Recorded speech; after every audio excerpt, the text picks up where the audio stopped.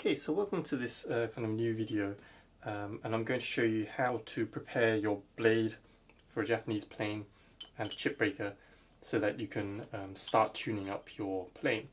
Now the thing you actually want to try to do is you want to mate these two perfectly on the edge and have these two mate perfectly together flat. You also want the blade, the chip breaker, to sit on the blade nicely without any kind of rocking, and so I'll show you how to do that. Also, you need to make sure these clipped corners here of the blade, the mimi, you need to make sure that they're of the appropriate width. So I'll show you that too. Now, the things you need are, well, some sort of sharpening stone or stones. I use water stones. This is a Sharpen 1000. I use diamond plates to kind of flatten everything. Whatever you use though, make sure you do actually have something to flatten them with. So something like glass on sandpaper will also do, although I find that quite messy, so I don't use it. I use diamond plate here. It's cheap, relatively quick method. But if you do use the diamond plate, make sure that the actual plate itself is flat, because some of them aren't. But you know, this is all you kind of really need. For tapping out, you need some sort of an anchor type thing, an anvil or something like that. Not an anchor, an anvil, and a hammer. And you just need a selection of sharpening stones, but you probably already have some sort of sharpening setup, so use that. Now, first thing to do is obviously to flatten your stone. So this is flat. I had a couple of passes already on this, of the plain blade. And the first thing you want to do is to flatten the back of your blade. Now, to do that, this kind of process you want to go through for all the grits. So I'm only going to show you for the roughest grit, and then you can do the rest. But the process is the same. Flatten the back, and you want to hold the blade on the edge of your stone, maybe about 6-7 millimeters, and just lightly take a couple of passes. Make sure you don't keep the blade in the same position all the way up and down, otherwise you'll wear a kind of ledge in the edges here. So kind of slightly vary your depth on the stone a bit to kind of even that out, and you'll eventually see some scratch patterns. Now on here, you can't see this on camera probably, but the two corners here are actually high. So I've got abrasive marks here, along the edge here, and here, but nothing on these two very corner tips here. So this will need some tapping out. Notice I didn't go crazy and try to lap that out right now, because if you do that, you'll basically get a flat back, so avoid that. I'm just going to tap these out, and I'll show you that in a minute. So, but before I do that, you want to do the same with your chip breaker. Take that, and also take a couple of passes, just to get some scratch patterns, and check out where that's hitting the stone. I can see also here there's a very corner tip here which is slightly up, and also this corner is a little bit as well, so I'll be tapping that out as well. So before you go crazy kind of trying to flatten this all down on your stones, do those couple of light passes, and then do some tapping out if you need to, which I'll show you. If you don't need to do any tapping out, then just go straight ahead, finish flattening on your stones, all of the grits, and the backs should be ready. And I'll come back after I show you this tapping out. So okay, so now for tapping out, you need, as I said, an anvil. You need a rounded corner so that you don't kind of gouge into the back, and you need some sort of a metal hammer device. So mark out where you need to actually kind of tap. So I need to do these two corners, so I'll only be doing here. So place the blade on the corner, your rounded corner, make sure that's there, and just do some light tapping like that.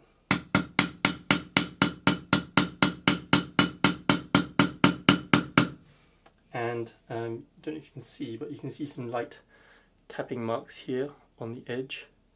You want to kind of tap not on this kind of crease here, the start of the bevel, slightly down, but don't go too close to the edge of the blade because you risk cracking the steel. I'm not putting a lot of I'm not putting a lot of pressure on, I'm letting the weight of the hammer basically do its job. And I'm using the corner of the hammer here kind of to tap. See, I'm only going to tap that much, and I'll go back to the stones and see what happens, and re-tap if I need to. So I'll just do this end.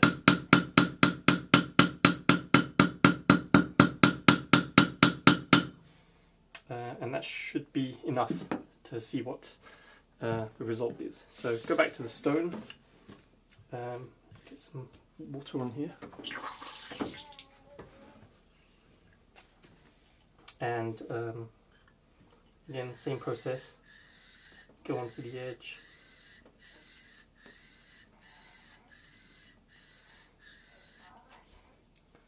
a few passes, and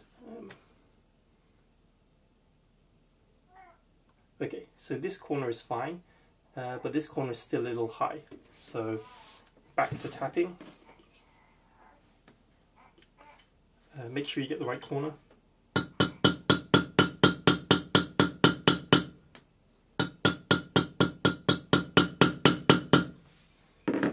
And you only do a little bit of tapping. Now back to the stone.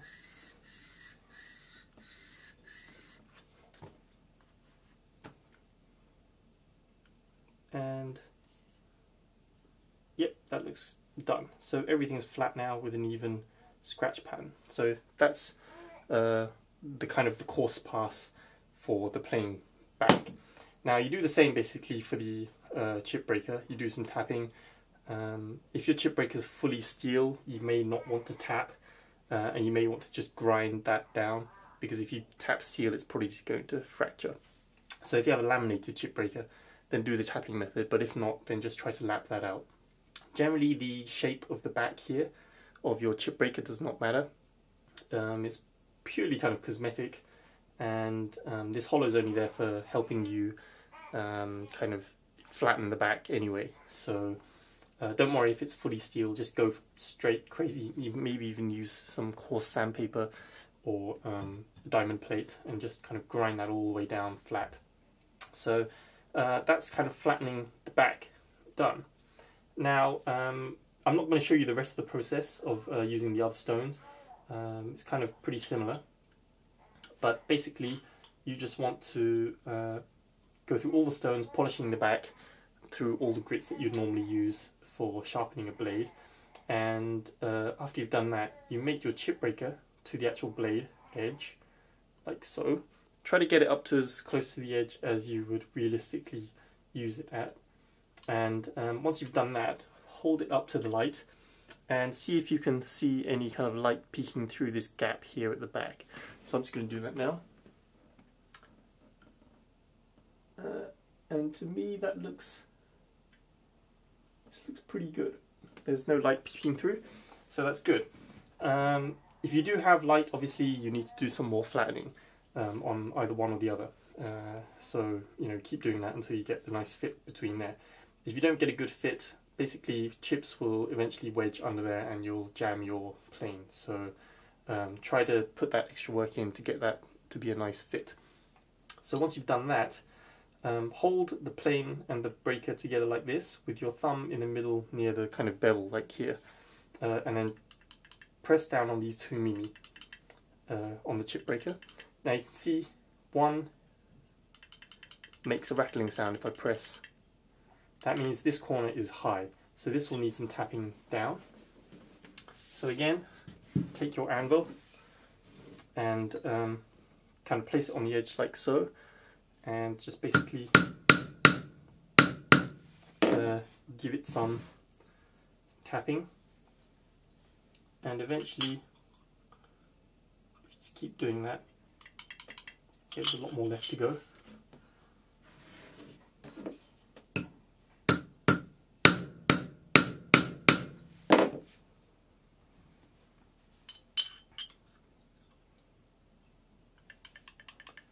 Okay, there's a lot more left to go. But basically you keep doing that until you get a nice fit. The other alternative is, you can see like that, this corner was high. So turn that round. This corner here, or this here is lower than here, obviously, because this is kind of rocking this way. So you could actually take a file and file this corner off. This is also another method, which is fine. You know, whichever method suits you. So, you know, just keep tweaking that until the fit of these two sitting together is nice and tight, with a gap-free edge here, and also these two bedding down nicely so that you can rock this and there's no kind of rattling. Once you've done that, well, I'll do that and I'll come back and I'll show you the rest of the process, which is to basically sharpen up this bevel of the chip breaker nicely and put a profile on there, and also grind these two corners down of the actual blade. So I'll finish off doing this and I'll come back. Okay, so with your blade and chip breaker kind of lapped and kind of mated together now, you can see I can place them together and press, and there's no kind of rattling there. Okay, so that's the kind of fit you're looking for, and you want to make sure that there's no gap between the two when you put them together. So now the next thing to do is you want to kind of grind these two mimi down. To do that, you place your blade in the kind of block, the die, and you want to mark the down here in the throat with a permanent marker or some sort of kind of pen or something, where the kind of the throat meets the iron at the very tip. And once you do that, you'll get two marks. I don't know if you can see, but there's these two blue kind of marks. Don't know if you can actually see, but there's these two marks here, which I marked. And basically all you do is you take some sort of kind of abrasive device. I've got a drill with a grinding wheel on here. You can use a bench grinder, you can use just your sharpening stones, all that'll take a while. And you basically just kind of grind away, and I've actually gotten pretty close here, but you keep doing that. But once you actually get kind of close, stop and put the blade back in your plain body, and you want to check to see if you have kind of enough clearance, because basically what you're aiming for is to have your blade width, if I place it like this, to have your blade width narrower than your throat down here. Otherwise, obviously, if your blade protrudes into these kind of mortise area here to hold the blade, once it takes a shaving, it will jam in there and your plane will clog. So you just keep kind of grinding until you get to that point, basically. I'll keep doing that and I'll get back to you once I've done it. But it's a pretty simple job. There's no real kind of guideline for the angle here or anything. Just kind of grind until it looks nice to you. So just keep doing that. Once you think you've gotten close and you've checked your blade against your body, and you've checked that you know, this blade width is actually narrower than that throat, place your chip breaker on there and check against that. Now your chip breaker is probably slightly narrower than your throat kind of opening. So the next thing you have to do after you've tuned it to your throat opening is to tune it to your chip breaker. This just requires some tiny kind of fine tuning, basically. And you want the width of your blade to be slightly less than the width of your chip breaker here. Slightly less, I mean like something like 0.5 millimeter on each side, or maybe even less, just a tiny amount. I don't know if I can actually give you a close-up. I'll try to give you a close-up of this. But hang on a minute. Let's line this up.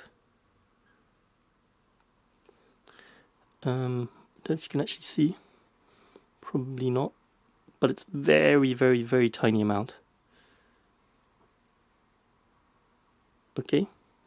That's the kind of fit you're looking for. So once you've got to this stage, you can go back to polishing the blade, sharpening it, etc., which I'll go to now. So the next thing to do is to sharpen up both the kind of the blade and the chip breaker, and I've already done the kind of the rough, the kind of low grit and medium grit passes. So all that's left is the kind of the finishing pass.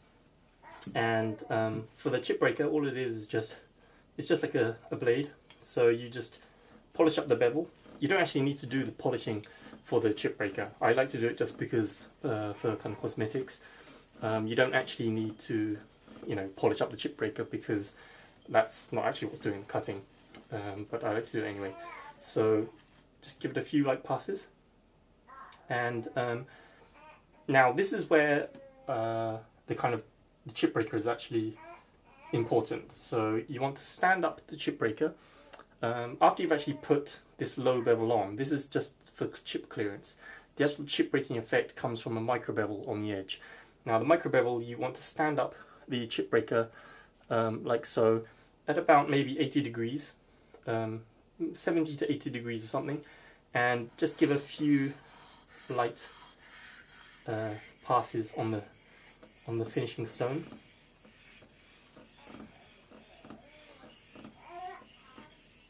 And that will put a small kind of micro bevel on. Let's get some more water.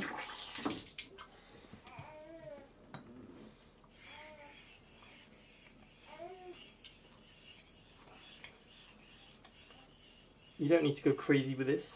You just need a small kind of bevel on there. I don't know if you can actually see. Yeah.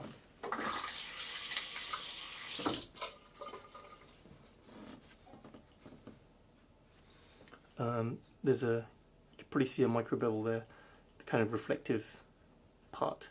So that's all you kind of need. Now that's the chip breaker done, and the other thing you need to do is obviously to sharpen up your blade. Again, using up the finishing stone here because I've already done the other passes. But if you've just been off the grinding wheel to grind off these corners, there'll be some burrs left here on the corners, and you want to take them off. So just give that a light kind of strop as you were on the fine stone.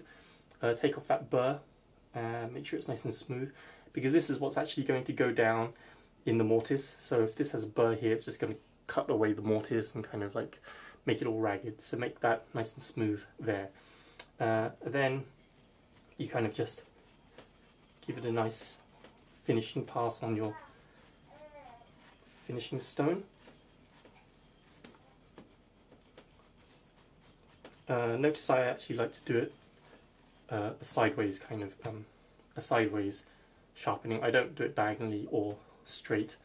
I just prefer doing it sideways like this.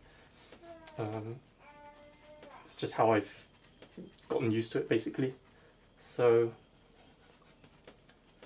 and here's a little trick. I can grab the stone. That's not necessary, and that's not an indication of your blade being sharp, but it means that your surface on your bevel is kind of a good match for the surface of your stone, so it's kind of flat. Just give it a few more passes, and when you're actually doing the final passes, take off the pressure, because if you don't do that, your wire edge will develop. And if you apply too much pressure, that wire edge will actually break off and it will leave a ragged edge. So for the final kind of polish, take off the pressure and kind of let it glide along the stone and tease off that. You actually want to sharpen off the wire edge, you don't want to break it off. So you don't want to flex it back and forth like most Western kind of sharpening guides tell you to do, because if you actually do flex it back and forth, you'll actually end up with a jagged edge. So give it some light passes back and forth.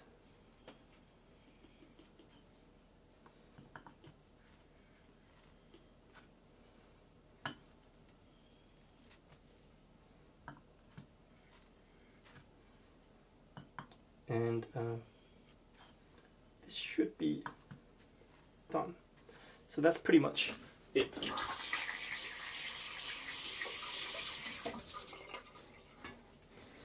So that's the finished plain blade here, nice and sharp.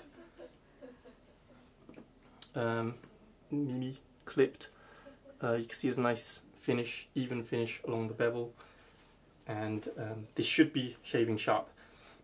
You can, start cutting hairs off the back of your arm or whatever to test that, but I'm pretty confident that this is going to be sharp. So this is pretty much it for the blade preparation. There's nothing more to it than that. While using this kind of blade set, eventually you will need to touch up the chip breaker.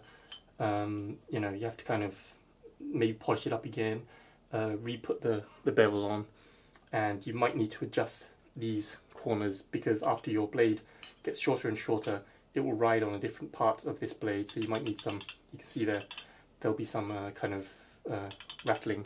So you have to keep adjusting the chip breaker only every now and then. You don't have to sharpen this every time you sharpen the blade. This is a kind of more of a one-off thing. So, but you still have to kind of maintain it. Now the blade, when you actually sharpen this, if you're using natural stones, there won't be much of a wire edge left on the final pass.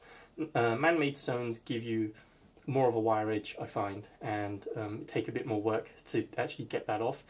Natural stones, for some reason, they don't produce a wire edge, or not as big of a wire edge, so you don't actually need to touch the back of the plain blade so much when sharpening, so you just have to go from, coarse, medium, then fine, natural stone, and they'll pretty much be like non-existent wire edge.